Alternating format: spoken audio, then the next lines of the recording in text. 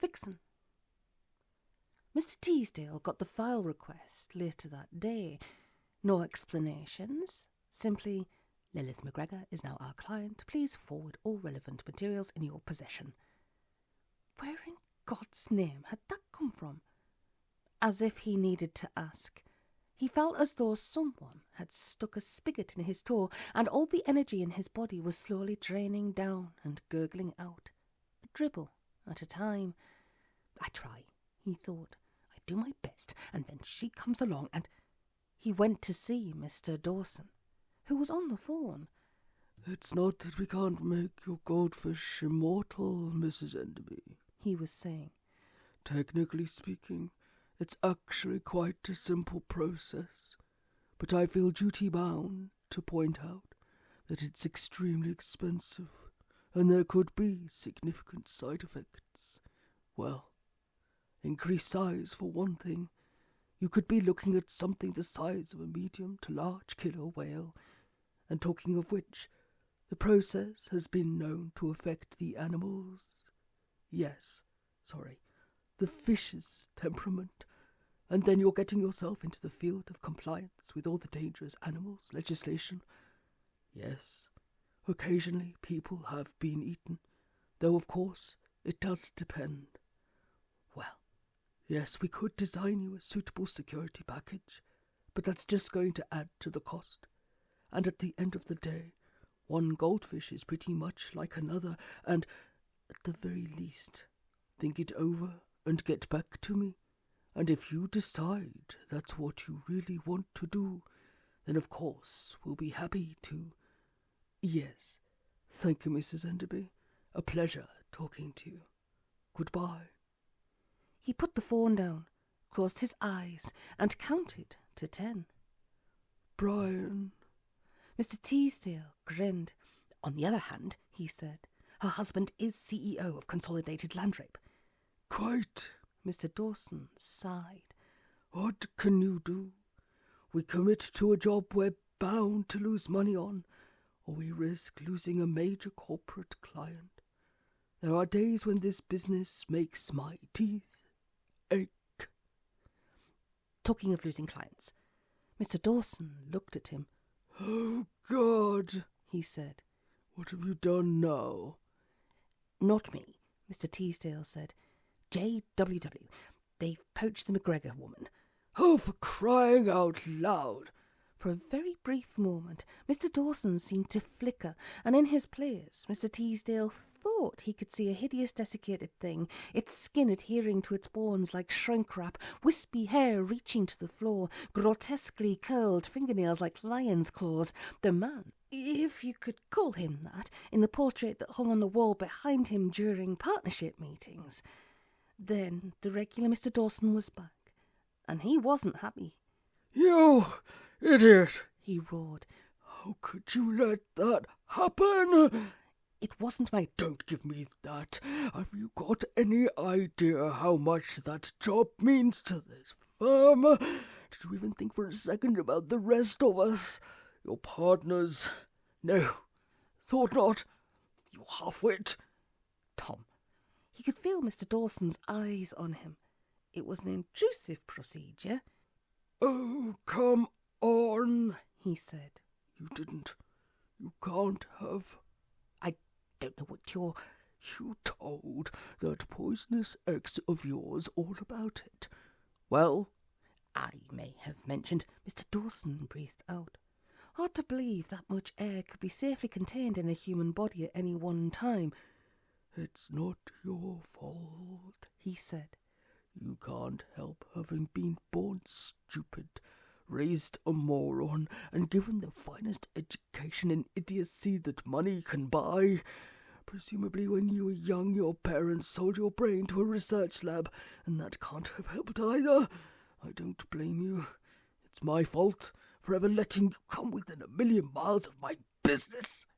"Tom." "Sorry," said Mr. Dawson. "May have got a bit carried away there, brooding on the wrongs done to me by a total fuckwit. So, what are you going to do about it?" "I don't see there's a lot we can do." "Bullshit!" Mr. Dawson glared at him. You can talk to your client, make her see the error of her ways, and get her back. Sharpish. Tom, that's unethical. You know that. So's pinching the stupid tart in the first place. Didn't stop your ex, did it? Fine. She wants to play that game. Let's give her a master class in it. Tom, Mr. Teasdale said, if we start doing stuff like that, doesn't that just lower us to their level? You say that like it's a bad thing. You're not a bad kid, Brian, though you're incurably stupid. But unless you come down from the arid uplands of the moral high ground into the rich lowland pastures of cheating and duplicity, you're no fucking use to man nor beast. Got that? Yes, Tom. So you'll deal with it? Yes, Tom. Good boy. Now piss off and let me pull myself together in peace. If one more thing goes wrong today, I might very well turn into something nasty and start eating the cleaners. No idle threat. Brian backed out of the room and closed the door. In doing so, he met Gina coming out of the ladies' toilet. Brian pointed to the door he'd just come through. Don't go in there, he said. Wasn't planning to. Problem? You could say that. Gina sighed. I remember when we were just a bunch of professionals, doing our work and doing it cheerfully and well. Mind you, back then if you wanted a knife, you had to nap it out of a chunk of flint. What have you done now? Why does everyone always assume? Because it's always you, Gina explained sweetly. Let's grab a coffee and you can tell me all about it. Mist, the consistency of taramasalata, but a sort of pale grey colour. There was no light, of course. In this environment, light can't exist. Over the years, people have come here with torches, halogen beacons, and arc lights, all in perfect working order, but nothing comes out of them. Mr. Sunshine, however, was different, but even he wasn't at his brightest and best down here. He glowed, just enough to see his hand in front of his face, but that was about it. He was tapping his way with a long stick, a curious thing to do, since there was nothing to tap it against, apart from the mist, which, needless to say, wasn't actually there. The mist is how the human brain and optical nerve processes what it sees in this place, which is nothing at all. In this place, you don't so much see as jump to wildly erroneous conclusions, because if you don't jump, you fall, and if you fall here, you can't get up. It's that sort of place. The tip of the stick prodded nothing at all, and Mr. Sunshine heard a soft splash. He stopped dead in his tracks and waited. For a long time, nothing. Then he heard, quite possibly erroneously, a faint creaking, as of a ship's ropes and timbers. Maybe the mist concentrated and grew darker. Maybe it didn't.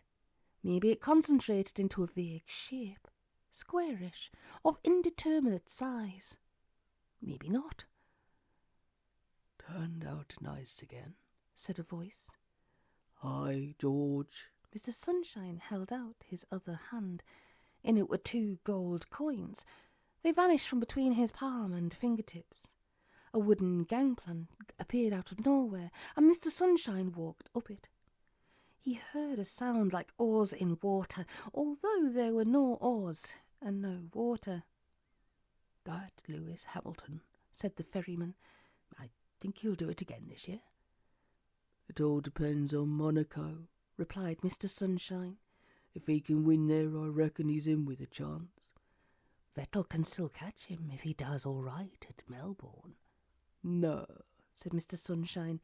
It's still new to win Bahrain, and the Ferrari's all wrong for those corners. You could be right, said the voice, staying long. Hope not, George. Now then, Mr. S, the voice said warningly, not the H word. Okay. Sorry, George. The trip took no time at all, because there is no time at all in this place.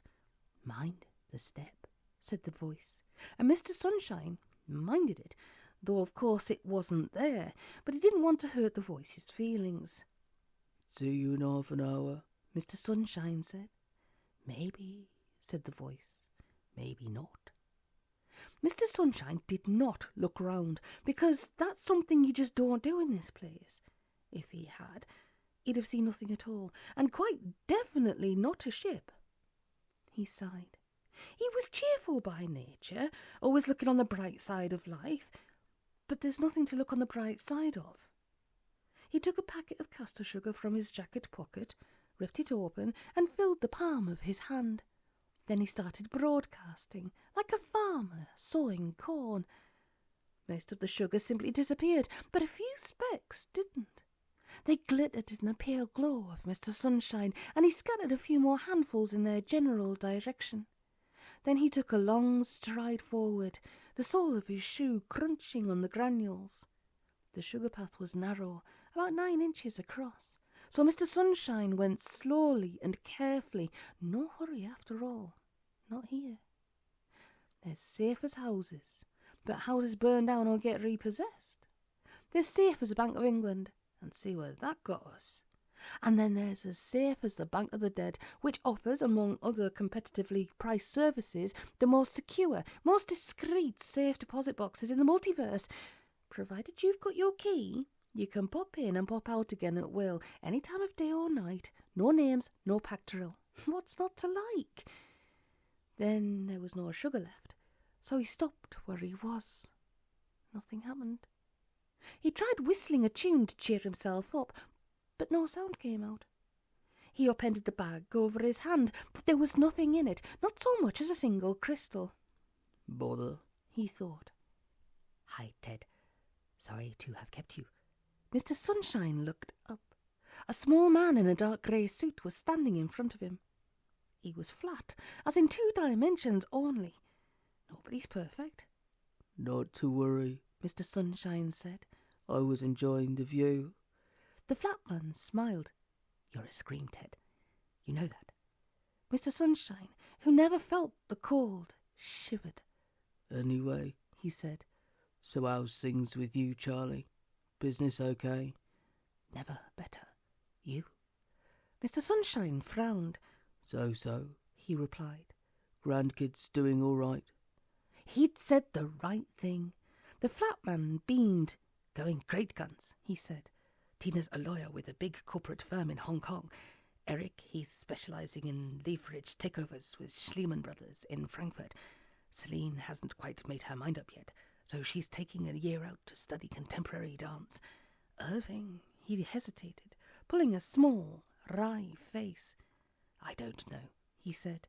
You do your best for them. It's just... Kids nowadays, Mr. Sunshine said.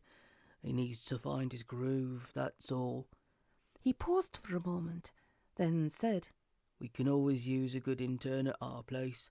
I could talk to Tom Dawson. The flat man looked at him. That's really sweet, he said. But you know how it is. All that stuff, lying about. Better not. Mr. Sunshine, who'd been counting on that reaction, nodded stoically. You're probably right, he said. Don't worry about it. It'll all come right in the end. Everything does, the flat man said firmly. We should know. Anyhow, that's enough about that.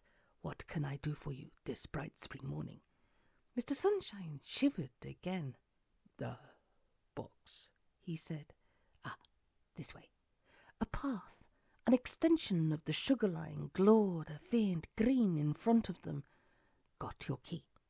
Mr. Sunshine patted his pocket. Damn, he said. It must be in my other coat.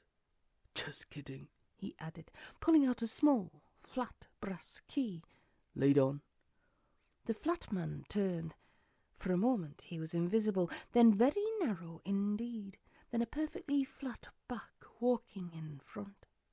Mr. Sunshine followed, taking extreme care where he put his feet. On either side of the path nothing changed.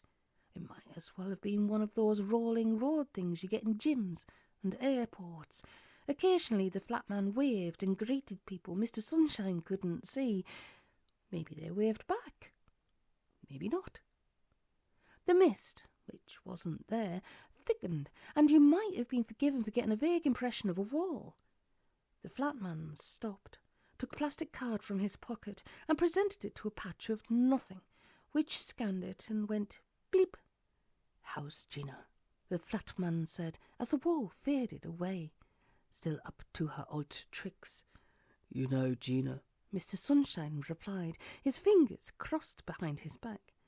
"She's a laugh a minute," the flat man said. "Tell her to drop by any time she's in the neighbourhood. We're always glad to see Gina." Nothing had changed, because nothing can come of nothing, Shakespeare, but directly ahead was a bank of safety deposit boxes, reaching from a long way down to a long way up, and the same in the x-axis.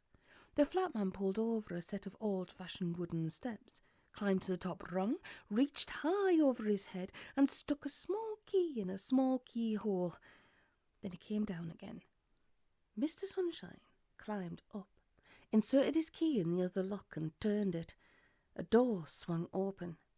Mr. Sunshine pulled on a glove, reached inside the box, which was empty apart from some crystals, a chunky bitumen-covered statue of a bird, a notebook, and a sheaf of get-out-of-death free cards, bundled together with a rubber band. He put something in it, then closed the door and pocketed his key. "All done," he said, and retreated down the ladder, which vanished. "Just sign here," said the flat man, "and here, and here, and here, and here, and here, and here, and here, and oh yes, and here. Great stuff. Thanks. You got time for a coffee?" "Not really," Mr. Sunshine said, a degree too casually. "Thanks all the same." "You sure? We've got bagels." "Really?" Mr. Sunshine said. The flat man shrugged his two-dimensional shoulders. "Maybe next time," he said. "Well, it was great seeing you again, Ted. Don't be a stranger, you hear?" "Count on it," said Mr. Sunshine. "I'll see myself out." He turned and walked away, taking exquisite care to go in a precisely straight line, since the green glow had died away. After a while, he heard sugar crunch underfoot. A while later, no sugar. The ship loomed up out of the mist. He sucked a whole lot of nothing into his lungs and breathed out slowly. "Hey, Ted, you forgot your key." It almost worked. He very nearly turned round. "So long, Charlie," he called out, facing resolutely forward. He couldn't blame him for trying, but he really wished he wouldn't. "Done what you came for?" the ferryman asked, as the oars creaked and the ship began to move. Mr. Sunshine nodded. "Yup. Pity you weren't here Tuesday for the fete. They had craft stalls and a flower show and a live band and everything. Sorry I missed it," Mr. Sunshine said. "Next year, maybe." "Maybe," Mr. Sunshine said, and the gangplank swung out, and he walked down it. His knees were a bit wobbly, probably from sitting still. "Look after yourself, George. You too." Some time later, back in his office with all the lights on and the heating turned right up, Mr. Sunshine took the copy of the receipt Charlie had given him out of his top pocket and tried to unfold it. Bad move. You know how when you put a piece of paper on the fire it turns grey, but it still looks just like a piece of paper until you touch it, and immediately it collapses into dust. Like that. Oh well, never mind. Besides, if you can't trust the Bank of the Dead, who can you trust? Life, Consuela Teasdale will tell you if you're ill-advised enough to let her, is best lived in freefall. You climb as high as possible, you launch yourself out into the wide blue yonder, and you wait until the very last moment before pulling the ripcord. Anything less than that is mere compromise, which is just another word for giving in. Her ex-husband had an unfortunate habit of extending the metaphor with an emphasis on how important it is to make sure your parachute is in tip-top working order and that you've actually remembered to put it on before you jump. One of the many reasons why he wasn't her husband anymore. Even so, he'd had a point. When you're as feisty and kick-ass and attitude-crammed as Consuela Teasdale, it's all too easy to neglect the tiresomely basic stuff, such as putting the dustbins out, or booking the car in for its MOT, or renewing your library books, or having a plan of action before promising the client that everything's gonna be fine. But that was all right, now that she had Erica. "Hi," she said to the phone. "Something I'd like you to do for me, when you've got 5 minutes." Erica was the intern, 4'9", thin as a rake, wispy mouse hair scraped back in her bun. Glasses did as she was told. Nominally, she was assigned to Toby Porteous in pest control, but since he was usually out of the office, culling werewolves and hammering stakes into vampires, there wasn't much she could usefully do. Consuela had come across her one day, sitting all alone in the library, working out alternative solutions to Fermat's last theorem, just to help pass the time. At heart, Consuela was just an old softy. She'd taken pity on the kid and found her various things to do, for which the poor waif was pathetically grateful, and since she had a knack of doing them particularly well. "Hi," Consuela said, as Erica drifted into the room and stood looking down at her shoes. "Busy?" "No." "Fine. In that case, there's a little job I need doing. Up for it?" "Yes." "Great. It's like this." Quickly and succinctly, she ran through the facts of the case, neglecting to mention the Trinity aspect, but otherwise admirably thorough. "You see the problem," she added. "Yes." Consuela frowned. Some of her best friends were monosyllables, but just for once it'd be nice to have something a bit more fulsome. "Gosh," maybe, or "wow. We need to find a way of getting in touch with this Tiamat's ex." "Yes." "It would help," she ground on, "if we knew who he is." "Yes." "But right now, we have no idea." "No." "Right, fine. Do you think you could possibly find out?" Pause for thought, lasting 3 seconds. "Yes." When Erica said yes, she meant it. A wave of relief washed over Consuela, of which she gave no sign. "Great," she said. "You do that then. Let me know when you've finished." "Yes." "Cool. Off you go." "Thank you," she added, as the door closed. She drew in a long, deep breath and let it out slowly.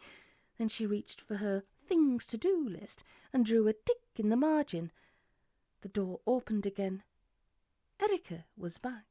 "That was quick." Erica shook her head. "There's a letter for you," she said. "I was passing, so I brought it. I'm sorry," she added, and then left. A letter? How quaint. She glanced at it and saw the Dawsons' monogram embossed on the envelope. That made her grin. Possibly Tom Dawson threatening her with the wrath of God for stealing their client should be good for a laugh. She flipped the envelope open, but there was no letter inside. In fact, it was empty, apart from something that looked suspiciously like a single human hair. She was almost quick enough, but not quite. She was out of her chair and had her hand on the fire extinguisher when the hair rose up out of the envelope and morphed into Brian Teasdale, who smiled at her and turned the fire extinguisher into a rat. Consuela had a thing about rats. She dropped it, and it scuttled under a desk. "I'd forgotten you can do that," she said. "Hi," said Brian's hair. "You never could get the hang of it." "I always thought it was so brave of you," Consuela said. "I mean, considering how few hairs you have left." Brian Teasdale was sensitive about the small bald patch on the crown of his head. His magically induced simulacrum, on the other hand, couldn't care less. "Nice try," he said. "This other thing, though, not so nice." "Drop dead, Brian." The hair sighed. "Oh, come on," it said. "Stealing other people's clients. That's unprofessional." "So's promising me a trinity, and then cutting me out stone dead." The hair had the grace to look uncomfortable. "That wasn't me," he said. "That was Tom Dawson, and I never said I wouldn't share, just not openly. I'd have let you see the file. You know I would." "Maybe you would, maybe you wouldn't," Consuela said. "It's all academic now. She's our client, and there's nothing you can do about it." The hair shrugged. "That's Not strictly true, he said. Ahriman, now just was as far as she got. Then the gold chain around her neck, from which dangled the little monkey pendant, started to tighten. You'd have thought a thin, delicate thing like that would have snapped under the strain long before it got tight enough to block off her windpipe, but apparently not. She turned a fetching shade of puce and sunk to her knees. Oops, said the hare. Almost forgot. If you can't breathe, you can't promise to give me my client back. Ease off a bit, Ahriman. There's a good boy. 45 seconds of long, hard, rasping breaths later, Consuela turned her head and looked at the hare. You arsehole, she said. Me? I'm only a hare. It smiled. Brian would never lay a finger on you. You know that. He reckons that any man who hits a girl isn't fit to live. But I'm just a thin tube of keratin under the influence of non-Newtonian physics, and I couldn't give a stuff.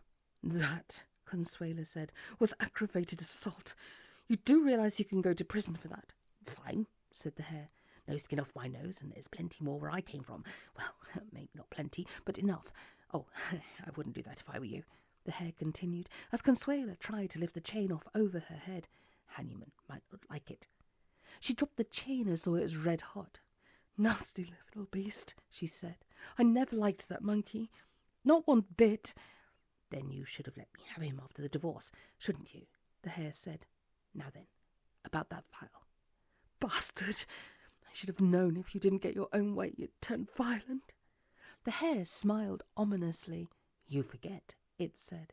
I was there that time you poured hot soup in his lap because he'd borrowed your nail scissors without asking.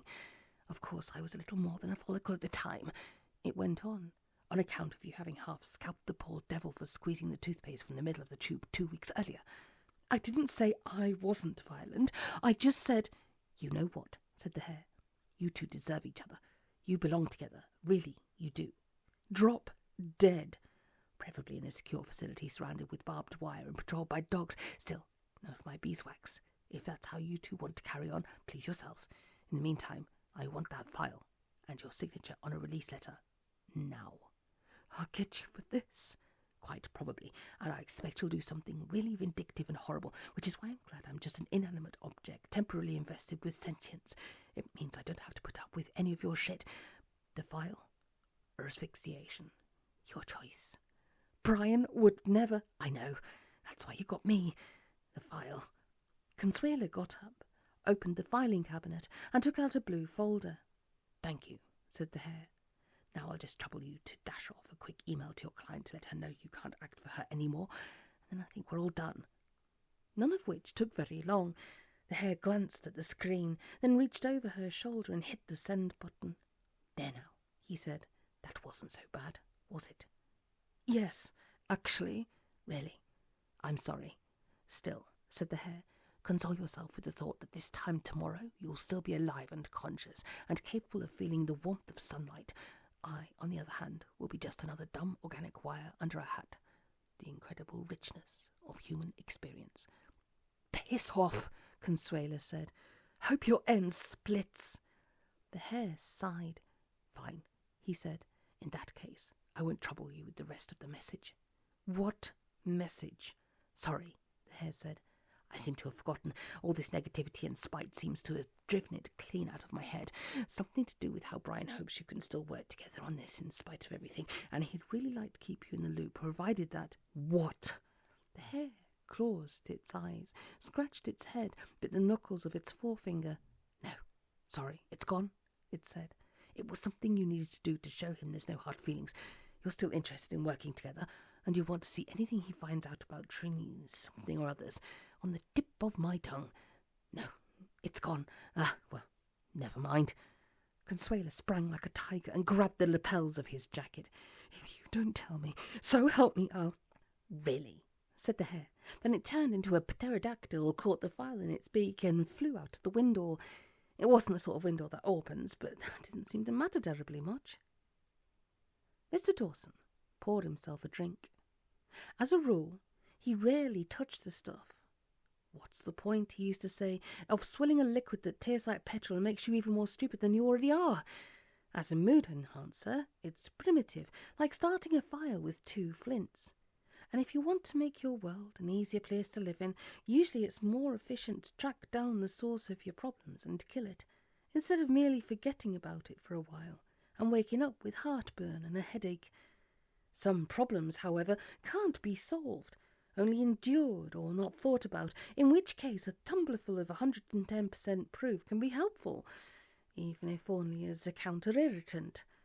He gulped it down, winced, dropped the glass in the trash, folded his arms and said, "Come in." The door didn't open, but Mr. Ahriman was sitting in the chair on the other side of the desk. He hadn't come in because he was already there. Everywhere, remember?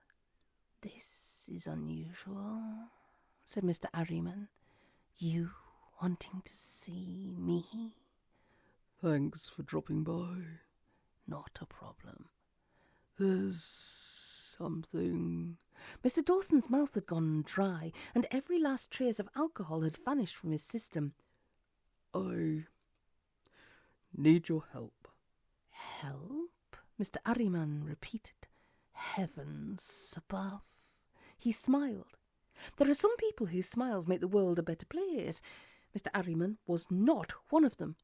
"I'm touched," he said. "That's so sweet." "I need some information, and I thought..." "Absolutely," Mr. Ahriman said. "Well, you've come to the right place. It'll cost you, mind, but I imagine you considered that before you asked me. Right, where do I start? The capital city of Venezuela is..." "That's not what "I've started," said Mr. Ahriman firmly, "so I'll finish. The capital city of Venezuela is Caracas. Population 5 million. Principal industries, financial services and retail, with some manufacturing in the northern suburbs. Average yearly rainfall." He stopped and grinned. "You're not writing any of this down?" "That's not what I wanted to ask." "Really? Shucks. It'll still cost you 1 year." Mr. Dawson tried not to whimper. He didn't make a very good job of it. "What I wanted to ask you..." he said. "Yes?" "I had a client," Mr. Dawson said. "only that bitch from JWW..." "Excuse me?" Mr. Ahriman interrupted. "We had a client. Partners, remember? And yes, you lost her, but now you've got her back." "I have." "Yes, about 15 seconds ago. No thanks to you." Mr. Ahriman added, "That was young Mr. Teasdale, showing more initiative than I'd have given him credit for. That boy is smarter than he looks. Information," he added, 3 months. "But I didn't ask." "No, but it's something you really ought to know, believe me. Now then, where were we? Ah, yes, your client." "Do I really have to go through all this? You know it all already." "So I do," Mr. Ahriman said pleasantly. "Clever old me. You need to know the identity of Dolly's, Tiamat the Destroyer's ex-husband. Am I right?" "Yes." 6 months. Now I'm going to tell you, but you're not going to believe me." "If I don't believe you, will it cost me extra?" "Yes." "I believe you." Mr. Ahriman grinned. "That's what I like to see," he said. "Unquestioning faith moves mountains, so I'm given to understand. But dynamite's quicker. Shall I write it down for you? Only you never know who's listening." "All right." Mr. Ahriman nodded. Then his left hand lashed out. His nails caught Mr. Dawson just below the knuckles, which immediately gushed blood. Mr. Ahriman produced a quill pen from nowhere. He dipped it in the blood and scribbled 2 words on the back of an envelope. Mr. Dawson craned his neck to read them. "You're kidding," he said. "Am I?" "No, absolutely not," Mr. Dawson said quickly. "You're sure about that?" Question or statement? "Statement." "Of course it is," said Mr. Ahriman. "I always tell the truth. You know that. Anyway, if that's everything, I really ought to be making tracks. You haven't forgotten what I told you about the money, have you?" "No," Mr. Dawson said. "I hadn't forgotten." "That's my boy. Let's say 5 years for the information, but only because I like you." Mr. Dawson took out his handkerchief and wrapped it tight around his gashed knuckles. "That's good to hear," he said.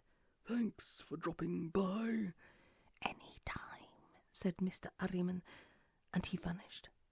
The chair he'd been sitting on was smouldering, and there was a sort of yellowish incrustation on the fabric where his head had rested. 5 years. Mr. Dawson looked at the 2 words on the envelope back, scrawled in his own blood. 5 years, he decided, well spent. Actually, a bargain. Mr. Ahriman was incapable of lying, therefore what he'd written down must be true, in which case all his troubles were, well, not over exactly, or at least not yet, but better than nothing. Nothing. He'd been to the bank, of course, at various times, so to him nothing wasn't the vague and nebulous concept that it is for most people. He'd seen nothing in the raw. The last time he'd been there to sign the specimen's signatures to open the partnership accounts, it had nearly broken his heart. Envy, jealousy, longing, everyone else had this to look forward to. But not Tom Dawson. He should be so lucky. For Mr. Dawson, better than nothing was an oxymoron. How could anything possibly be better than that, than escape, freedom? But the 2 words scribbled on the envelope, they were something else. Better than nothing. Even better than nothing. If only he could play his cards right. Cards. That reminded him. He opened his desk drawer and rummaged about. Rubber bands, pencils, pencil sharpener, batteries for a calculator he'd thrown away in 1998, a tangled bundle of treasury tags. When was the last time he used those? 9 rounds of ammunition with sterling silver bullet heads, a small screwdriver, a golden apple inscribed "For the Fairest," a manual for a laser printer with instructions in Tibetan and Elvish, 2 blocks of staples, a vernier caliper, a clerical collar, toenail clippers and an empty matchbox, a jeweller's loop, a bottle of fin gloss for mermaids, happy days, a slightly creased business card with a jolly robin on it. Joy to the world. He picked up the card and looked at it. "I got plenty of nothing," he hummed to himself, and "Nothing's plenty for me." It was turning into a rather pleasant day. "The thing of it is," said Tony Bateman, "I'd have got away with it if only I hadn't sneezed." Mr. Teasdale scowled at him. "That doesn't make it better," he said. "Actually, it makes it a whole lot worse." "Really?" "Really," Mr. Teasdale said. "It demonstrates a deplorable lack of remorse, for one thing. Instead of admitting you did a truly bad thing and trying to learn from it, all you can say is, 'I'd have got away with it if only.' That's not good. Can't you see that?" Tony had the grace to look suitably ashamed. Of course, he could equally easily have looked like a toaster, so Mr. Teasdale wasn't entirely prepared to take him at face value. "Also," he added, "you can't be a particularly good shapeshifter if you sneeze when you're on the job." He frowned. "I didn't even know a bra could sneeze." "This one could," Tony replied. "Fine," Mr. Teasdale said. "So, not only are you guilty of flagrantly unethical conduct, you're also useless at your job. Luckily for you, I happen to know the clients personally, and I was able to calm them down, so we won't be facing a lawsuit, and you won't be going to jail. Not this time. Anyhow, the fact remains—" "Oh, come on," Tony said. "How could she ever have proved it? There's no way." "Oh, for crying out loud!" You could always tell when Mr. Teasdale was genuinely angry by the pale green glow emanating from his ears. "Have you been listening to a single word I've said?" "We don't do that stuff. Not because we might get caught or sued, because it's wrong." Sorry. "No," Mr. Teasdale said. "You're not. That's the whole point. You're just standing there waiting patiently till I run out of anger and you can go and have your morning coffee. That's just not good enough. I've had it with you. You're fired." Tawny went white as a sheet. "You can't do that." "Yes, I bloody well can." "I know my rights," Tony said, unwisely. "You've got to give me a written warning," and Mr. Teasdale snapped his fingers. Out of nowhere appeared a bubble, floating in mid-air, and really rather beautiful. Inside it, a sad-looking Tawny was being handed a piece of paper by a grim-faced Mr. Teasdale. On the wall behind him there was a calendar with all the days crossed off up to the 14th, which was last Wednesday. "Don't mess with me," said Mr. Teasdale, "and I won't mess with you. Find yourself a cardboard box and start putting your stuff in it. I've had about as much of you as I can take." Mr. Teasdale heard the door close, but didn't look round. He sat down and tried deep breathing, but it didn't really help. He opened the Dartington extruded plastics file and tried to read the last few letters, but his eyes skidded off the words like tyres on black ice. No traction. "Got a moment?" Tom Dawson never knocked. Mr. Teasdale closed the file and pushed it aside. "Sure," he said. "I've just been talking to young Bateman." "Don't start on me," Mr. Teasdale said. "He goes." Mr. Dawson sat down. "No," he said.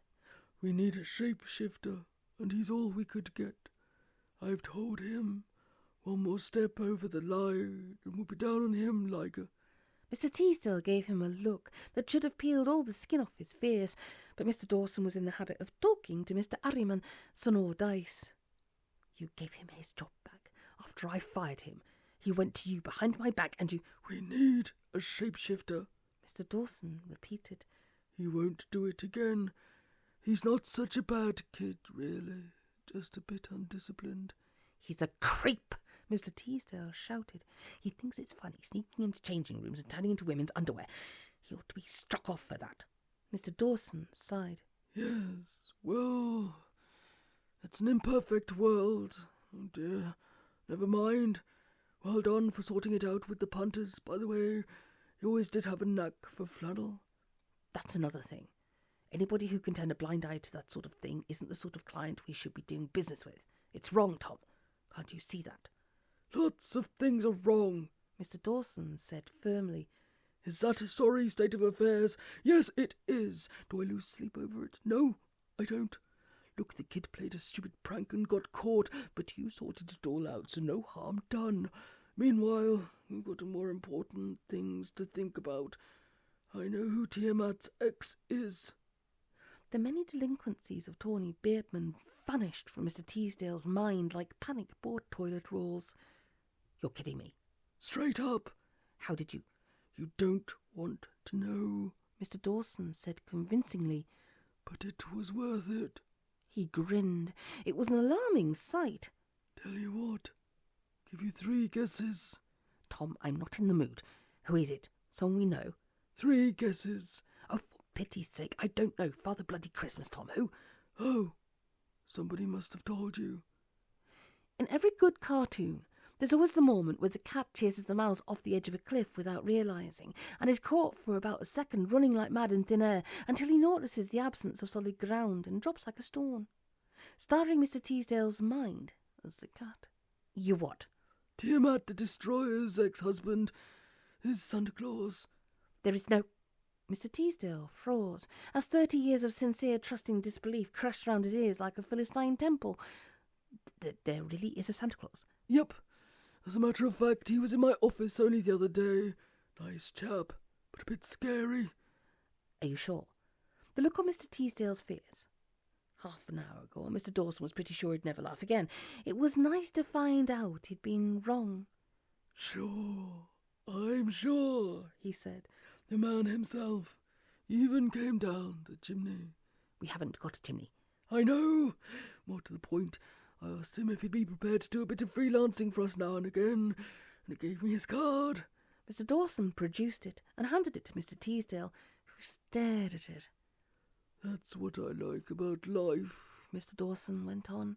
"Most of the time it shits in your ear, but just occasionally it gives you a beautiful smile and a big wet kiss, and you can see why you bother with it. Not only is there a solution to this problem, it's practically an house. You do realize what this means, don't you?" "There really is a Santa." "I'm off the hook," Mr. Dawson said. "and we're going to be obscenely rich, because when I ring up the United Nations and say, I can divert this asteroid that's about to wipe us all out, but it'll cost you, and they say, all right, how much?" Mr. Teasdale seemed to wake up out of a strange dream. "This is true, right? You're not kidding me?" "Scout honour, Brian. No shit. This is not a drill. If we play our cards right, we're going to have all the stationery reprinted. Dawson and Dawson. All right, Dawson, Teasdale and Dawson. You realise what this means? I'll be rid of him." He stopped himself short, as though his parents were in the next room and he was worried they might have heard something. "Just a second," Mr. Teasdale said. "All right, we know who the ex is. It doesn't necessarily follow that he'll do what we want him to do." "Are you kidding? He was in here interviewing for a job which is mine to bestow as I see fit. And right now, the way I see him getting the job is fitter than a Russian gymnast, provided he does us a little favour. You know what, Brian? If I didn't know better, I'd swear it was destiny." Brian took a long, deep breath and let it out slowly. "You're sure you haven't got your wires crossed?" he said. "You're sure it's, well, him?" Mr. Dawson nodded. "Actually, it was staring me in the face all along. In fact, it's so obvious. If I wasn't so monumentally thick, I'd have figured it out for myself. Obviously they know each other from the old country." "You've lost me." "What? All right, you don't know your basic mythology." "Fair enough. Presumably, where you went to school, you could either do Western civilization and culture, or pottery, but you throw a mean pot to this day. Santa is a thunder god." "Excuse me?" "Thunder god," Mr. Dawson repeated. "First worshipped in early Bronze Age Mesopotamia around 3000 BC. There's statues and wall carvings and seal impressions of him all over the shop, driving a flying chariot drawn by stags and raining down thunderbolts on the unbelievers. His chariots of wrath, the deep thunderclouds form, and dark as his path on the wings of the storm. That kind of thing. He was all the rage in Ur and Nimrod and all those sort of places, back when your ancestors and mine were huddled in caves, napping flints and gnawing leftover elk. And guess who his trouble and strife was in the good old days? Tiamat the Destroyer. It's all on Wikipedia, but I was too idle to bother looking it up." Mr. Teasdale's eyes were perfect circles. "Santa?" "Not in so many words under that exact particular name. But what the heck? We don't know what to call him, and we're civilized. You know, Santa, Father Christmas, Papa Noel, Kris Kringle. Back then it was Baal and Hadad and Teshub and Marduk. Presumably in those days gods had names like we have Gmail accounts. People started blocking you as Enlils. You started over from scratch as Melkor. Definitely the same bloke, though. Winged chariot, inexhaustible horn of plenty, main festival at midwinter, travels round the world in no time flat. Compiles the great scroll, knows who's naughty and who's nice, the whole 9 yards, staring me in the face the whole time it was. It's astounding how somebody as clever as me can be so breathtakingly stupid. But there it is." "Tom," Mr. Teasdale said. "Stop talking. Thank you," he added, as Mr. Dawson glared at him. "I just wanted to get the facts straight in my mind before it explodes. You know Santa?" "Yup." "And he wants something from you?" "Oh, good. You were listening after all." "That's right." "A job. But he's got to. Mr. Dawson smiled. By the sound of it, not for much longer. But the gig I've got lined up there would suit him down to the ground. Sorry, was I talking too much? I do that when I'm happy, which probably explains why I do it so rarely. Look, there's probably a cloud in there somewhere if you take your whole thing to bits and grind it up into a pestle and mortar, but for the time being, let's focus on the silver lining, because that would be cheerful and happy instead of bloody depressing. We've cracked it, Brian, my boy. Just for once, we're so far ahead of the game, we can barely make it out against the distant horizon. Isn't that nice? I guess so, Mr. Teasdale said. And it means the Earth won't be destroyed and the human race won't be wiped out. That's got to be a good thing, I guess. Absolutely, Mr. Dawson said. Like I always say, it's nice when you can help other people at the same time as making a very large amount of money. It's what being in the business is all about. Right then, it's your file, strictly speaking, but I'm the one with the personal contact. So how would it be if I made the call to Santa and got the ball rolling? I'll keep you copied in, naturally. Well, how about it? Sure, Mr. Teasdale said. What are you going to say to him? Mr. Dawson hesitated. He hadn't actually got as far as that. Oh, the obvious, he said. If you want the god job, let's be having that key. Keep it simple. A nice, friendly, breezy chat between two men of the world is how I see it. We both know the score, sort of thing. You scratch my back, etc. He's not a bullshit kind of guy. It'll be a breeze, you'll see. God job. Don't ask. Client confidentiality and all that jazz. I had to sign a bit of paper when I got the gig. Don't apotheosize and tell. It's no big deal. But you know what a stickler I am for protocol. Talking of which, I've got a good mind to file a complaint with professional standards about that bloody ex-wife of yours pinching our client. But I won't if you're still sweet on her. Your call. Well, it's not as simple as... Nothing ever is, Mr. Dawson said. But I need a decision from you now. You want me to crucify her or not? Entirely up to you. I couldn't give a monkey's. In that case, no, Mr. Teasdale said, a trifle too casually. I mean, it's water under the bridge, and I don't suppose she'll do it again. Why make trouble unnecessarily? Mr. Dawson gave him a wide, warm smile. You clown, he said. Excuse me? Clown, Mr. Dawson repeated. As in half-wit, imbecile, or loser. She makes your life hell, then she dumps you, and still you can't bear to let go. Still, it's up to you. Yes, Mr. Teasdale said. As a matter of fact, it is. Cool. Go for it. Whatever turns you on. Of course, if you had half the common sense of a whelk, you'd forget about her. Find yourself a nice, good-natured, sympathetic girl who'll take the trouble to understand you. Better still, do as I do and hire one by the hour. Oh well, it wouldn't do if we were all alike. I'll forget about writing that letter. One less thing for me to do, so that's all right. I think I'll go and make that call. You wouldn't happen to know, is Greenland an hour ahead of GMT or an hour behind? When he'd gone, Mr. Teasdale spent the next 2 minutes just breathing. There was something about conversations with his senior partner that left Mr. Teasdale feeling like he'd just spent the night in a tumble dryer, except that if he did that, at least he'd come out feeling clean. Interviews with Mr. Dawson, however, seemed to have the opposite effect. He took his phone from his pocket and looked at it. He had, after all, promised. In the back of his mind he could hear Mr. Dawson's voice. She makes your life hell, then she dumps you, and still you can't bear to let go.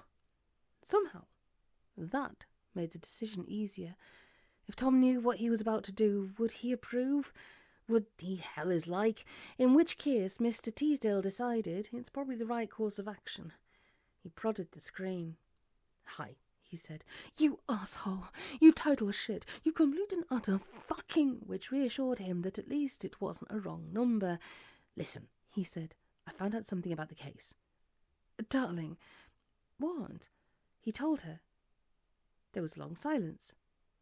Hello? You still there? You're joking, right? Absolutely not. Tom Dawson just told me. He seemed really happy about it, so it must be true. More silence. Then, I guess so. Well, this is great, and Tom actually knows. So he says, and I believe him. Look, said Mr. Teasdale, what do you actually need in order to prove she's a Trinity? Pause. Scans, Consuela said. A biometric matrix analysis. A DNA sample wouldn't hurt either. All you have to do is set up a meeting and I can handle all of that. I'll see what I can do, Mr. Teasdale said. He paused. Look, I'm sorry about all the trouble. Oh, forget it. I hope the hair wasn't rude or nasty or anything. I told it don't do anything I wouldn't do, but I've been using the new conditioner lately and sometimes it makes my hair, well, a bit full of bounce and body. Not a problem, really. Oh, and by the way, I changed my mind about Ahriman. I was wrong. He belongs with you. Keeping him was just me being spiteful. Really? Absolutely. Mr. Teasdale's heart was like a singing bird. Thanks, Consuela. That's really sweet. I miss the little chap. I'll hand him over the next time I see you. Talking of which, when are you free for lunch? There's this new tajik place just open in Shepherd Market, and I'm dying to try it, if you fancy it. Apparently they do an amazing anchovy kurtab. In the back of his mind, a virtual Tom Dawson was stuffing a sock in his mouth to keep himself from laughing. But never mind about that. Mr. Teasdale was scanning his diary. I can do Thursday. Brilliant. See you then. Consuela Teasdale ended the call and put her phone down on the desk. Calm, she told herself. Control. There'll be plenty of time for ripping his lungs out later, but right now she needed to be at the top of her game. Magnificently serene. She sent for Erica, who came straight away. Job for you. All right, Erica said. Oh, and while I think of it, you want to know about Tiamat's ex-husband? I found out it's Santa Claus. Yes, I know that. In fact, if you'd have told me a bit earlier, you could have saved me a really boring lunch. Sorry. Consuela shook her head. Can't be helped now, I suppose. I just wish, when I ask you to do something for me, you'd do it while it's still actually relevant. Still, you can only do your best. My fault for expecting too much. Now then, how do you perform a biometric matrix analysis on someone without them realising you're doing it? Erica bit her lip. I don't know. Then go away and find out. And when you've done that, get a hold of the necessary equipment and set it up in a small interview room. All right. And nip down to Robertson's and borrow their semiotic phase inducer, the Kawagachia, not the Hewlett-Packard, and a couple of spare energy cells. All right. And reschedule my lunch with the Archbishop on Thursday, find out everything you can about transmigration of souls, and get me a double butterscotch latte and a slice of angel food cake. Okay? I'm on it, Erica said, and left. Useful kid, Consuela thought to herself, as she opened a new file. Wonder how she found out about Santa. Still, that didn't matter anymore. Clarity of purpose, a straight line between desire and fulfillment. Anything else would be a waste of time. It'd be silly. Her hand strayed to the chain around her neck. She hadn't dared to try taking it off. It was typical of Brian that he had more gumption in a single hair than in the rest of him put together, and didn't even suspect it. She'd been fond of him once. Unbelievable, but true. Since then, during her long, lonely vigil in the ladies' lavatory at JWW, the thought of how she was finally going to get even with Brian Teasdale had been the only thing that had kept her going. But never mind about all that. He'd keep. Erica came in with her butterscotch latte. The stupid girl had forgotten the sprinkles, but she couldn't be bothered to make an issue out of it. No, thanks, said Santa. Mr. Dawson stared at him. You what? Santa nibbled the crust of his mince pie. Getting hold of mince pies in the middle of the summer hadn't been easy, but Mr. Dawson had contacts. You heard. Thanks, but no thanks.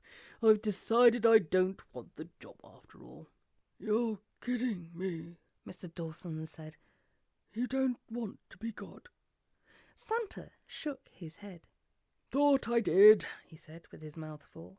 At one point, but then I said to myself, Chris, you've been there and done that, and what did it get you? Nothing but grief and heartache, not to mention antisocial hours and everybody going on at me all the time like everything was my fault.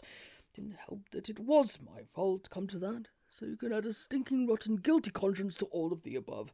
So, on mature reflection, stuff it. I'd rather work for a living. Just when you think you've heard it all. Can we just go back a bit and clarify? Mr. Dawson said.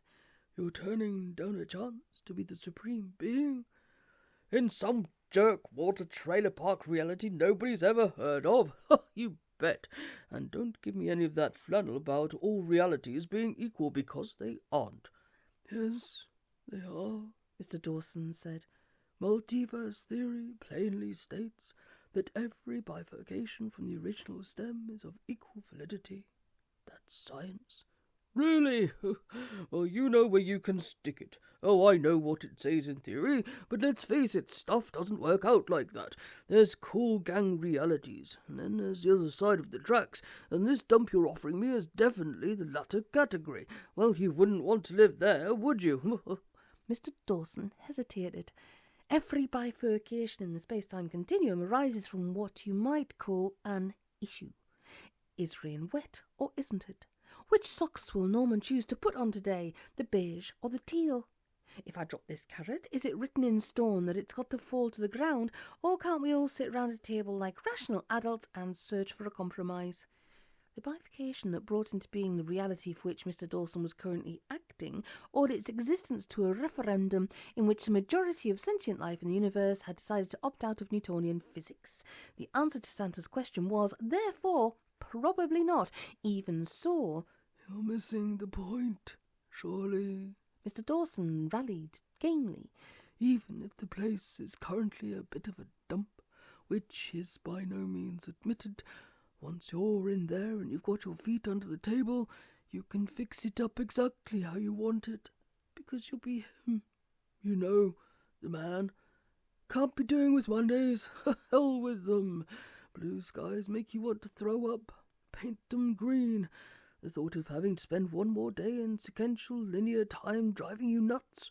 Just click your fingers and hey, presto, time is now a recursive helix. You can do that sort of thing when you're the big guy. You know that? All right. At the moment it may not be the hottest blip on the spectrum, but I bet you in 6,000 years you could make this reality trend like there's no tomorrow, of which there wouldn't have to be one, he added, if you happened not to feel like it. Santa grinned at him. Nice try, he said. And yes, there's aspects to being my own boss that do have a certain appeal. I grant you that. Like, for example, I could have a zonking great big flood and then repopulate the cosmos with a dominant species that wasn't unbelievably, suicidally stupid. Nobody's ever tried that before, and I think it could be a winner. There you go, then, Mr. Dawson said, although he wasn't convinced it was possible. Take the job.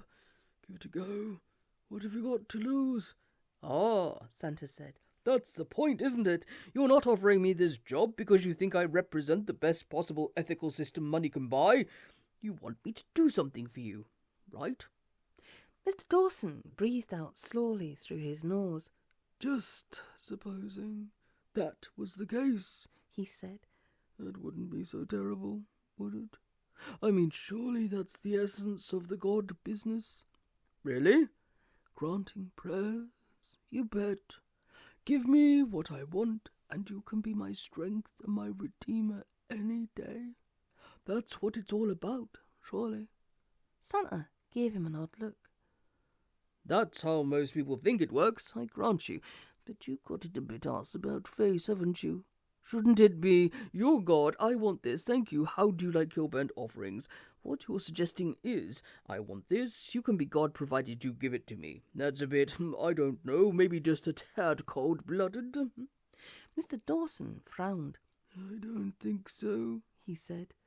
Yes, well, each to his own, I guess. Makes no odds. As far as I'm concerned, I'm not stupid, you know, even if I do wear a red dressing gown in the daytime. I know what you're after, and the answer is no. Nuts, Mr. Dawson thought. I bet you don't. Idiot, said Santa, not unkindly. I know what everybody wants, remember? And what you're dying to see poking out of your stocking on Christmas morning is me making nice with that bloody woman, and I'm telling you, it ain't going to happen. Mr. Dawson was a man of many talents. He could turn water into Chablis and a policeman into terrapins. He could wind back the clock, transmute base metal into government bonds, summon spirits from the vasty deep, pull a rabbit out of a hat, conjure up tempests, raise the dead, restore lost youth, and adjust the fabric of reality so that his Rolls-Royce Silver Ghost counted as an agricultural vehicle for tax purposes. What he was best at, however, was negotiation. That's just silly, he said. You what? Silly, Mr. Dawson repeated, feeling immensely grateful that 40 generations of English speakers had worked so long and so hard to craft the perfect word for him to use at that precise moment. Well, isn't it? Get stuffed. Mr. Dawson didn't smile, though he felt like doing so. That's it, is it? That's your carefully thought out and meticulously reasoned response. Question. Why shouldn't you do this trivial little thing to save the planet from destruction and get rewarded with apotheosis? Answer, get stuffed. You must lend me your edition of Plato one of these days. I suspect it might not be the same as mine. Get stuffed, said Santa, with knobs on. Mr. Dawson nodded. Is it possible I'm sensing residual traces of anger here? You bet you are. That would explain it. I was trying to account for why a universally respected demigod like yourself would be prepared to stand idly by and allow his planet to be smashed into rubble, while passing up on the chance of absolute power over an entire tangent of space-time. And then I realized he's still pissed off at his old lady. Well, that's all right then. Makes perfect sense when you put it like that. You don't know her, Santa growled. And if you did, it would. Yes, well, I haven't met her, but I'm going to be meeting her real soon, and she'll be arriving on an asteroid, and 2 seconds later I'll be dead. I don't know. Maybe I'm allowing this total annihilation of the planet thing to cloud my judgment. If so, I apologize. But on the other hand, while we're on the subject of clouded judgment... Santa sighed. Fine, he said. 10 out of 10 for effort, 9 out of 10 for deductive reasoning, but the answer's still no. What makes you think I'd have any influence over her anyway? If I get involved, it'll just make her more bloody-minded. If I go down on my bended knees and beg her not to smash the planet, you can practically guarantee she'll do it, just to be annoying. You could let her out of the asteroid. No, I couldn't. But you got the key. Santa looked at him with deep compassion. No, he said, I haven't. Imagine you were freewheeling down a long straight downhill road and someone had thought how hilarious it would be to stretch a length of thin wire across the road at roughly throat height. As far as Mr. Dawson was concerned, a bit like that, only more so. Excuse me, I haven't got it. Mr. Dawson rolled his eyes. Let me guess. You put it in a safe place, and now you can't remember where? I put it in a safe place, all right, said Santa. I put it in a safety deposit box in the vaults of the Second Interstellar Bank on Beta Orionis 4. But it's not there anymore. It's gone. Gone? Santa nodded. Someone wrote them with my access codes and my signature, asking them to forward it to some address on Alpha Centauri Prime I'd never heard of. Everything was exactly right, according to the bank guys, but it wasn't me. Hang on, because naturally, the moment I heard what Dolly was up to, I was on to the Second Interstellar like a rat up a drain, telling them to send me the key stat. But, on account of, I didn't really want to see the planet smashed to rubble if I could help it. Call me an old softy if you like, but there you are. Sometimes I think all that ho-ho-hoing is starting to rot my brain. But they hadn't got the key because they sent it, they thought, to me. Only of course they didn't. So no, I haven't got the key. And no, I don't know where it is, so no, I can't unlock Dolly's asteroid and let her out, which means the only way I have of stopping her from trashing the Earth is asking her nicely, which for various reasons I won't go into right now is unlikely to succeed, even if I was prepared to do it, which I'm not. He paused and ate another mince pie. Trust me, he said. My heart bleeds for the human race. Of course it does. It bleeds like mad. But there's not a great deal I can do about it. So, what the heck? Mr. Dawson stared at him. Oh, he said. You never said a true word. Santa replied, wiping crumbs from his moustache. Anyway, that's enough about that. About this job. Without the strings attached, I wouldn't mind having a stab at it. What about it? That got him a scowl. In your dreams, Mr. Dawson said. Fine. In that case, I'll just pack away my bits and bobs, load up the sleigh, and set off into the wide blue yonder. I'm not 100% sure that reindeer can breathe in the vacuum of space, but since they can't talk or fly fast in the speed of light either, I don't suppose they'll be all that worried. I'd just like to add that it was a pleasure knowing you, albeit briefly. Thank you. But I can't, because it wouldn't be true. So long, creature of a day. You failed miserably. Don't beat yourself up about it. That's sweet of you. I'm like that. A fireplace appeared in the wall underneath the mantelpiece, decked with boughs of holly. Santa got up and hefted his sack. Oh, there's just one thing. What? There is another. Come again. Santa grinned. That was a quotation, he pointed out. I haven't got a hope in hell of sweet-talking Dolly into not smashing your planet, but I know someone she might listen to. That's the experiment they show you at school, where they connect electrodes to a dead frog and make it spasm. Mr. Dawson spasmed. Really? Maybe? Maybe not, he said. But since you have absolutely no alternative, you might consider giving it a try. Her brother. She's got a brother. Several, actually. You should know that, being a scholar. Remind me. Seriously? Oh, all right. In the beginning was the Word. Skip that bit. From which, Santa went on regardless, we gods were formed. At least we were in Mesopotamia. I really wouldn't care to be dogmatic about anywhere else. Anyhow, there was this Word, and we were all bits of it. If memory serves, I was a B.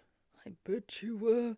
Dolly was a D, naturally, and her brother was an S. I always thought he'd have been better off as a comma, but nobody asked me. We didn't exactly get on, to be honest with you. I was basically thunder, rainfall, and divine retribution. Dolly looked after the death side of things, and her brother was light, vegetation, and general administrative support. And yes, inevitably from time to time, we ended up treading on each other's toes. You know how it is in small business. Anyhow, there we all were, back in the old country. Happy days. Her brother? What? Oh yes, he's still around, here somewhere, last I heard. They were never exactly close, mind, even back then. I remember when we were married, she moaned about him all the time. He's still around? Mr. Dawson repeated. You mean on Earth? A broad grin spread across Santa's face. That's what I like about you mortals, he said. You don't know everything. You think you do, but you don't. From time to time, you find out stuff that really blows your socks off. And when that happens, the look on your faces. Who is he? Please tell me his bloody name. That's what you want Santa to give you, is it? Yes. Have you been good? All right, you can have this stupid job. Thank you. Though you didn't actually answer my question. The man you're looking for is... Oh, you're going to wet yourself when I tell you. Please. So Santa told him. I'm confused, Lilith said. I thought you weren't working for me anymore. Consuela forgave her the words working for, which didn't quite chime with her view of the practitioner-client relationship. Strictly speaking, no, I'm not, she said. But then, I never was. I act for the United Nations. Remember? What? Oh, yes, so you do. I'd forgotten that. And in my professional opinion, my client's interests can best be served by getting you to persuade your mother not to turn the earth into a cloud of fine grit. Try one of these cannoli. They're really quite good. Which indeed they were, and there was a 15-second pause, mostly occupied with munching. Have I got two? Lilith eventually said. Depends, Consuela replied, sipping her coffee. Obviously no one can make you do it if you don't want to, but if you don't and your mother obliterates the earth, I imagine you'd feel quite bad about it, though not, she added, for very long. It's entirely up to you and your conscience, naturally, but if you ask me, if you're serious about saving the planet, doing this one small thing for it is even more important than energy-saving light bulbs. Put it like that. All right then, but what makes you think she'll listen to me? Consuela smiled. Nature, she said. The bond between mother and daughter. Quite possibly the most powerful force in the multiverse. As she spoke the words, she couldn't help thinking about her own mother, who lived on a narrowboat with 14 cats, an unwholesome amount of marijuana, and the collected works of Allen Ginsberg, and was in the habit of covering her ears with her hands and humming loudly until Consuela went away. Of course she'll listen to you, she said, especially if I tell you what to say. Putty, in other words, in her hands.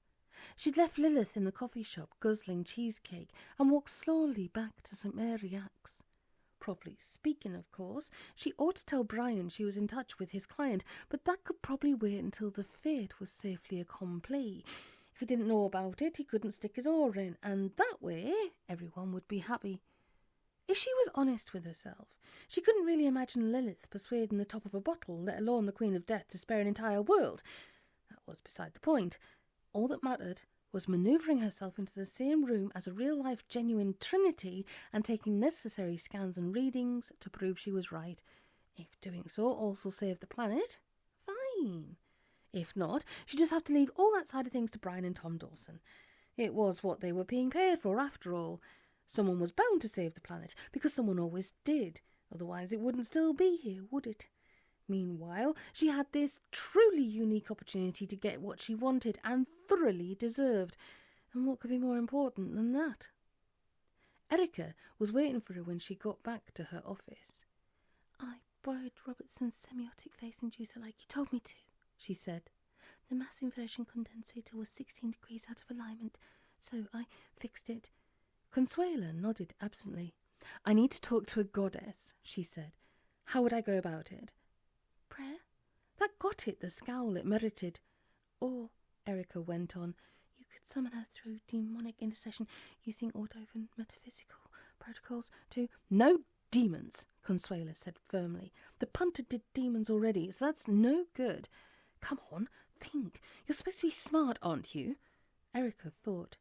How about a challenge? You what? A challenge, Erica repeated. The Kuniyoshi-Friedman process, but modified to take account of real-time distortions in the carrier wave. Consuela would never have thought of that in 1,000 years. Yeah, right, she said. I challenged the goddess of death to one-on-one mortal combat. Why do I think there's a problem with that? You concede, naturally, Erica said. The moment she appears, you can do that. There's lots of precedents, and then at least you've got her there, so you can talk to her. Isn't that what you wanted? Genius. She'd forgotten about the precedents. Well, if that's the best you can come up with, I guess it'll have to do. Get it set up, will you? Any time today, we'll be fine. All right, I'll need the key to the stationery cupboard. Consuela handed it over. Mind you bring it straight back, she said. Oh, and there's a button come off my coat. See to it. There's a doll. You might have told me. Mr. Sunshine stood up and walked to the window. Properly speaking, Mr. Sunshine's office overlooked the small courtyard where they corralled the wheelie bins, but Mr. Sunshine didn't like looking at stuff like that. So instead, he had a view over Waterloo Bridge, except on Fridays, when it was the Promenade des Anglais. Occasionally, when nobody was looking, it was Atlantis. Really? He said. Why? Mr. Dawson made an effort and didn't yell. Oh, I don't know, he said. The survival of the human race, maybe. That sort of thing. Mr. Sunshine sighed and turned away from the window. Sit down, he said. Immediately, the armchair reserved for visitors on the other side of Mr. Sunshine's desk turned into a low three-legged stool. Mr. Dawson glared at him and sat on it. Look, Mr. Dawson said. We don't exactly get along, and that's fine. Nobody says we have to. As long as it doesn't get in the way of running the business, we can hate each other like poison and still work together. Most people do, after all. That and the spinning jenny are what make British industry great. But mutual loathing's one thing. Not telling me something like that is quite another. Mr. Sunshine sighed. It's private, he said. Personal. Not when it directly affects the business of this firm, Mr. Dawson shouted. Sorry, he added quickly, as Mr. Sunshine looked at him. Got a bit emotional there, on account of my life being on the line, and silly things like that. Maybe I ought to write out 500 times, I must not let fear of death get in the way of good manners. Mr. Sunshine gave him a crooked grin. It's not death you're afraid of, is it, Tom? But fair enough. You've made your point. Maybe I should have mentioned it at that. To Gina, anyhow. Or Brian. Yes, said Mr. Dawson. You should. I'd stay clear of the moral high ground if I were you, said Mr. Sunshine. You may find the air's a bit thin up there if you're not used to it. All right, so now you know. What about it? For crying out! Mr. Dawson took a deep breath. Perhaps, he said, if it wouldn't be too much trouble, you might just possibly see your way to talking to her. Maybe even asking her nicely if she wouldn't mind crashing her asteroid somewhere else as a personal favour to you. Mr. Sunshine made a soft growling noise that had very little to do with language. Don't start all that, Mr. Dawson said. And if you're planning on zapping me with a thunderbolt, why don't you just go ahead and do it instead of pulling silly faces? Though I've got to tell you, if you think that sort of thing impresses people, you're sadly behind the times. Nobody loves a smiter anymore, Ted. It's time you accepted that and moved on. We're not on speaking terms. Well, Mr. Dawson said, now's your chance to put it all right. Now, wouldn't that be nice? Come on, Ted. Just because it's me saying it doesn't mean it isn't true. That was the trouble with fighting with Tom Dawson. You have no idea what you're asking, Mr. Sunshine said, as the sky outside darkened and black clouds blotted out the sun. You don't know her. She's family, Mr. Dawson said. Your kid's sister. It's a truism that the ace of trumps only takes one trick. It's knowing when to use it that makes you dangerous. Yes, all right, Mr. Sunshine said bitterly. And thank you ever so much for reminding me, after I've spent the last 2,000 years trying to forget it. He told you, presumably. Your brother-in-law? Well, ex. How nice of him. What else did he tell you? This and that. Stuff about the old country. You know what, Ted? Mr. Dawson went on. I try not to be judgmental, but I take that a bit hard. How long have we known each other? And all that time you never told me you're a god. Was a god, Mr. Sunshine said. I don't do that sort of thing anymore. Was, sorry, Ted, does not compute. You can't just stop. Yes, you can, Mr. Sunshine said firmly. And I did. Cleared my desk, handed in my thunderbolt and my badge, walked out. Never once looked back. It's no life for a person of conscience, believe me. Of course I believe you, Ted. You're the fucking almighty. I have no choice. No, don't pull faces. I'm talking to you. You can't just turn out to be the maker of heaven and earth and not expect there to be consequences. Was for crying out loud. Don't you understand tenses? I told you that's all in the past. Oh, sure. An infinite being is so pinned down by linear sequential time. Well, it happens. It explains a great deal, anyhow. The superior attitude, the peering down your nose, holier than thou. But I am holier than thou, Tom. Come to that, so are most rattlesnakes. That's beside the point. You know what? People like you make me sick. Former gods. Toffs, Mr. Dawson said, with what might have been genuine feeling. The idle, talented, the privileged few. People like you who've always had it easy, never even had to try. You want water, just smack a rock. No need to sully your lily-white fingers turning a tap. You want to work miracles, a click of the fingers. You didn't spend years working a lousy muck job to pay your way through night school to be a miracle worker. It was just handed to you on a plate. You know what? To me, this, being a partner in a high-class magic firm, is the pinnacle of achievement.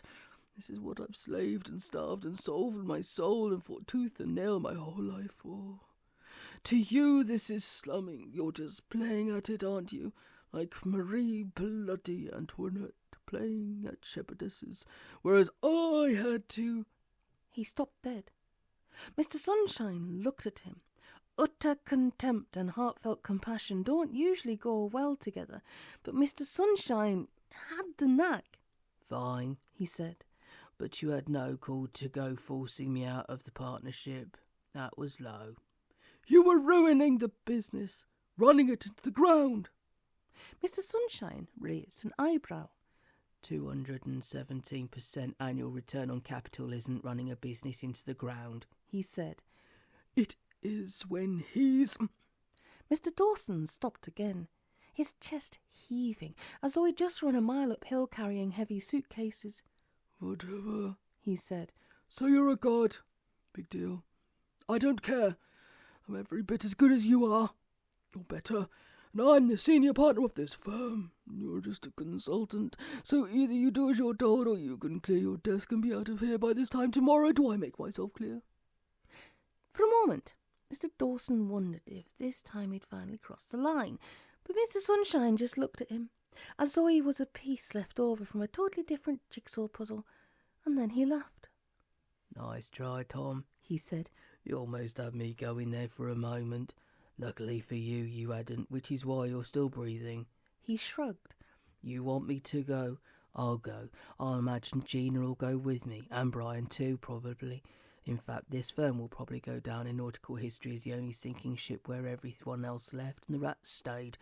Now then, is that what you want? Mr. Dawson deflated like a punctured tyre. No, of course not, he said. What I want is for you to talk to your sister. Ask her not to destroy the planet.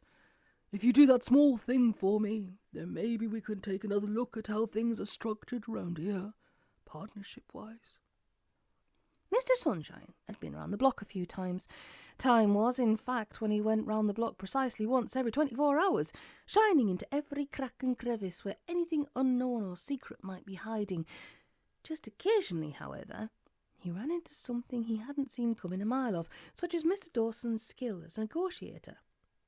He paused for a second, and his hesitation was the kind of endorsement of Mr. Dawson's technique that money simply can't buy.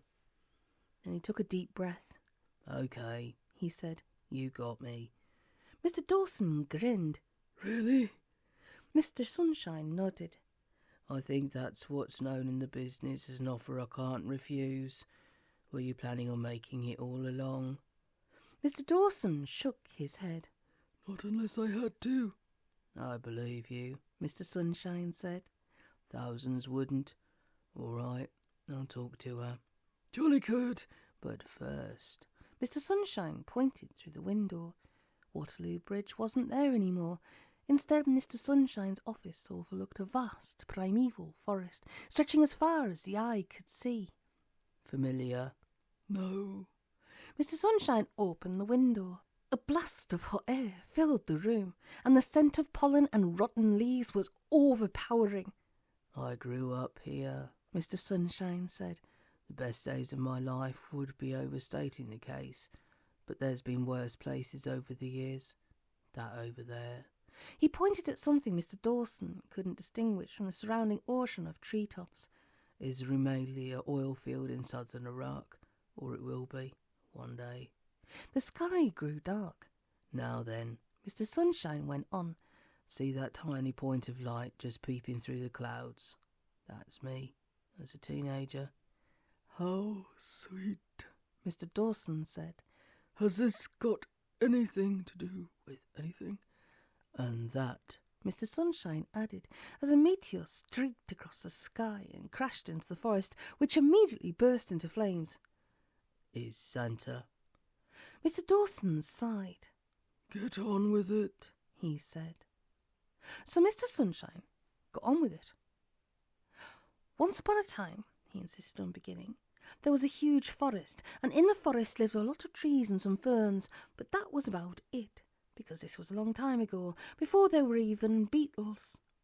It was only when the giant meteorite struck and did something or other to the planet's orbit, and therefore the climate, that things started getting complicated, a fact which wasn't wasted on the local vegetation and spirits. "You stupid, careless, clumsy idiot," said their spokeswoman to the pilot of the meteorite as he scrambled out of the giant crater his impact had caused. "Why the hell can't you look where you're going?" Sorry, the pilot said. I got caught in an ion storm just coming out of the Tramaris Nebula. Then I guess I must have skidded on a patch of dark matter because, well... "You were going too fast," the spokeswoman interpreted. "Showing off, probably texting, and now look what you've done." The spokeswoman had a high, shrill voice, and plenty of it, but the pilot couldn't help noticing she was kind of cute, if you like, green and frondy. Jump-started evolution on your world by the looks of it, he said. Hey, get a load of that. Woodlice.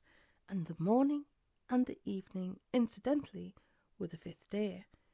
"Ugh," said the spokeswoman firmly. "Creepy crawlies." True, conceded the pilot, although give them a day or so and they'll be yay high, walking on their hind legs and discovering the Higgs boson. Ho, ho, ho. Still, you're probably right. I can do you a quick flood and everything will be jake. The spokeswoman considered the woodlice and saw that they were good, or at least not as bad as all that. "Nah," she said, "screw it. What harm can they do?" And that, as they say, was the start of a beautiful friendship, much to the disgust of the spokeswoman's brothers and sisters, who didn't approve of pets, romance, or their sister having more fun than they did.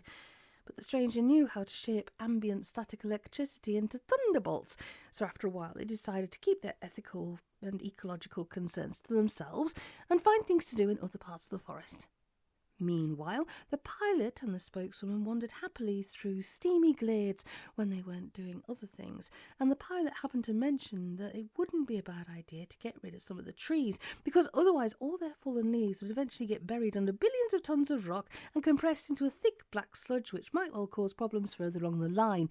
And the spokeswoman said, "Yes, what a good idea. We'll do that." But with one thing and another they never got round to it.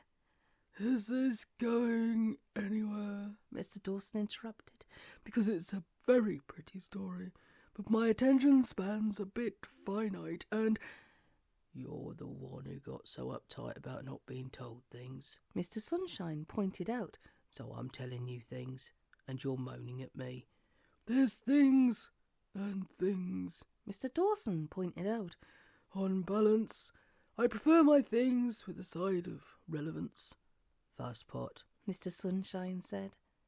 Outside the jungle vanished, and Waterloo Bridge reappeared, shining in the freshly fallen rain.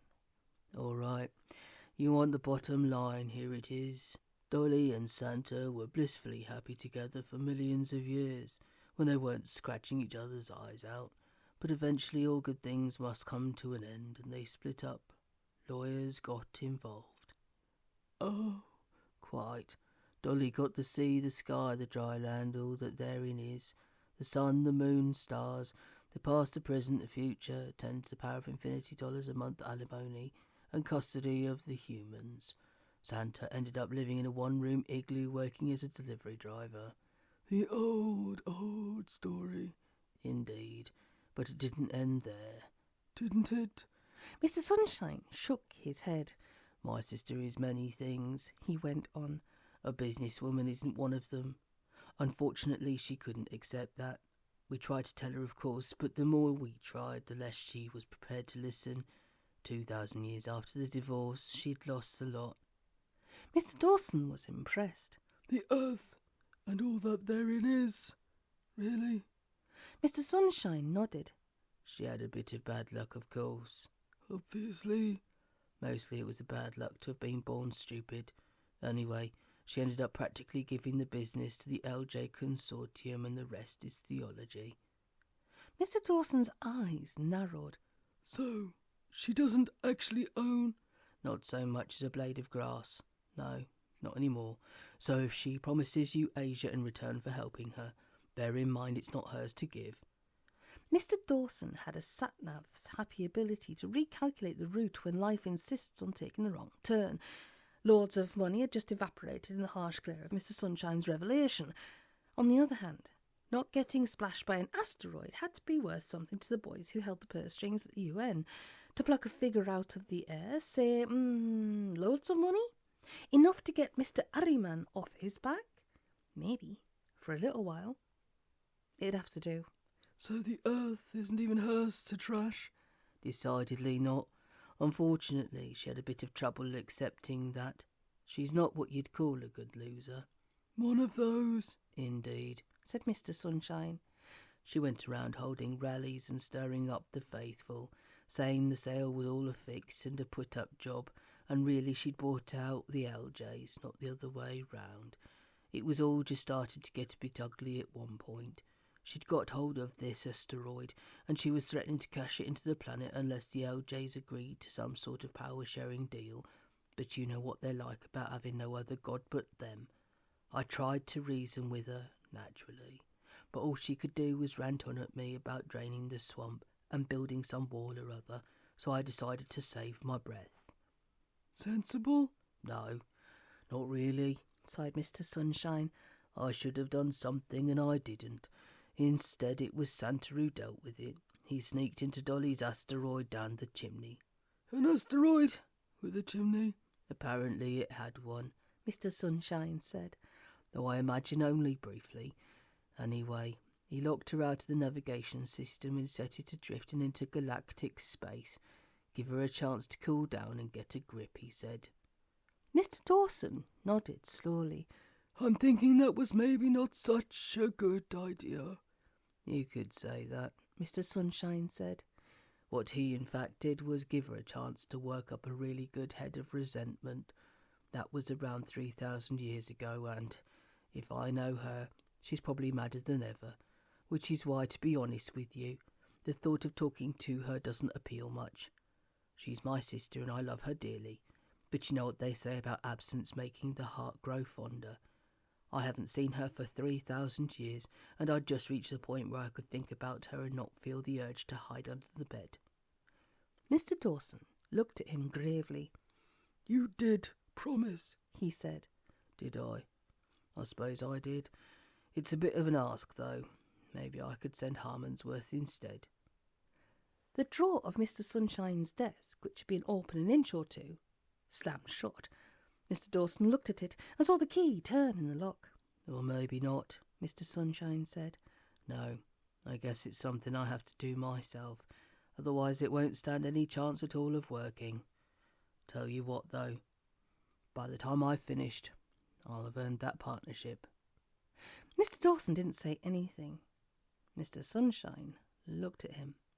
About that, Mr. Dawson said. Don't start. No, really, that's fine. It's just, I can't help wondering. I mean, you used to be a god, for crying out loud. Used to be. The tense is important. Yes, all right, granted. Even so, I've got to ask, since you've been all that and done all that and got all the T-shirts, why the hell should it matter to you so much about being a partner in a small niche sorcerer's office in Northern Europe? Me, yes, it's all I care about. I admit that. But I'm a mortal human. You're... He shrugged. Whatever. Why should you care? Mr. Sunshine looked at him for 3 seconds. Fine, Mr. Dawson said. I'll mind my own beeswax. Even so, it's a mystery, isn't it? Go away, Mr. Sunshine said quietly. And Mr. Dawson went. Thank you so much for listening to this really long chapter, which was an absolute joy. It was chapter 4, or Vixen, of the 8 Reindeer of the Apocalypse. If you want to hear more, please click the notifications bell. Please subscribe if you don't already. It really helps the channel, and well, as much as this is a joy to do, it takes me a very long time to make these chapters. So yes, and if I don't see you all before, I hope you have a lovely Christmas, and I will be bringing you something more on Boxing Day. So thank you so much for listening, and as a little treat, if somebody could DM me on Instagram and tell me which prehistoric bird I intentionally mispronounced, the first person who gets it right will get a prize. I haven't decided what the prize will be yet, but they'll get a prize. So, which prehistoric bird did I intentionally mispronounce? Because it's fun. Have a great Christmas, and I'll bring you another chapter after. And don't forget that notifications bell and subscribe if you don't already. Thank you for your patience. Take care.